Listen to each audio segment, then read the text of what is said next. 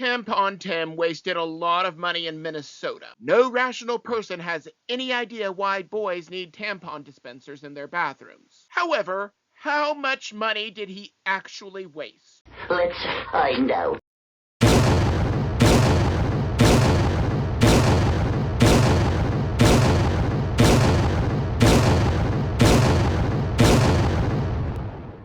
There are roughly 2,000 public schools in the state of Minnesota, 1,200 K through 5th schools, and 800 6th through 12th schools. K through 5th schools have about 3 boys' bathrooms each. That is 3,600 boys' bathrooms in all. 6th through 12th schools may have about 6 bathrooms each. That is 4,800 boys' bathrooms in all. Therefore, we are going to estimate 8,000 to 8,500 boys' bathrooms in all. The tampon dispenser itself can cost anywhere from $50 to $150 a piece, as well as $20 to $50 for installation. That is $560,000 to $1,700,000 in all. Now, it is highly possible that the government can buy in bulk and save money. Personally, I like the university. They gave us money and facilities. We didn't have to produce anything. You've never been out of college. You don't know what it's like out there. I've worked in the private sector.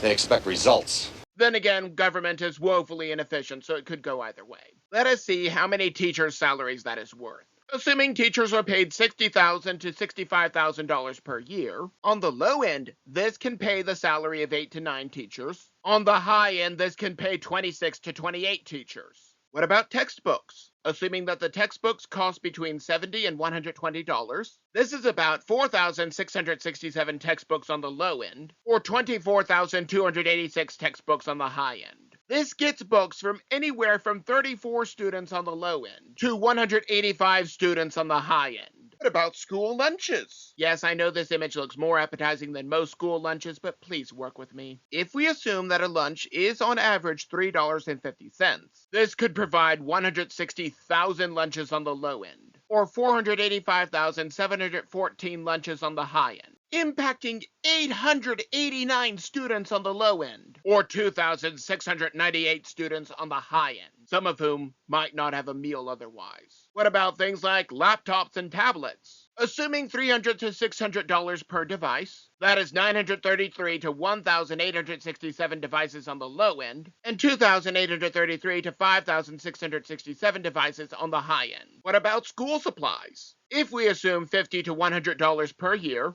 on the low end, that could impact 5,600 to 11,200 students. On the high end, that could impact 17,000 to 34,000 students. What about teachers' development programs? Yes, I hear you, teachers. I know most of you hate these, but again, please work with me. If we assume $500 to $1,500 per workshop, on the low end, we have 11 to 56 workshops, and on the high end, we have 34 to 170 workshops.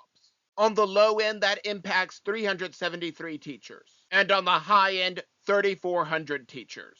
What about after-school and enrichment programs? Assuming $10,000 to $50,000 per program, on the low end, this funds 11 to 56 programs and 34 to 170 programs on the high end. This could potentially impact 550 students on the low end and 8,500 students on the high end. What about renovations that some schools are in desperate need of? Assuming anywhere from $50,000 to $100,000 per renovation, this could fund 5 to 11 renovations on the low end and 17 to 34 renovations on the high end, impacting hundreds, maybe thousands of students. Each and every one of these is an infinitely better use of money than putting tampons in the boys' bathrooms. But why is it such a waste of money? Because boys and men have no biological need for them. And you would know that if you passed 8th grade biology. So what sort of money will Tampon Tim waste if he becomes vice president?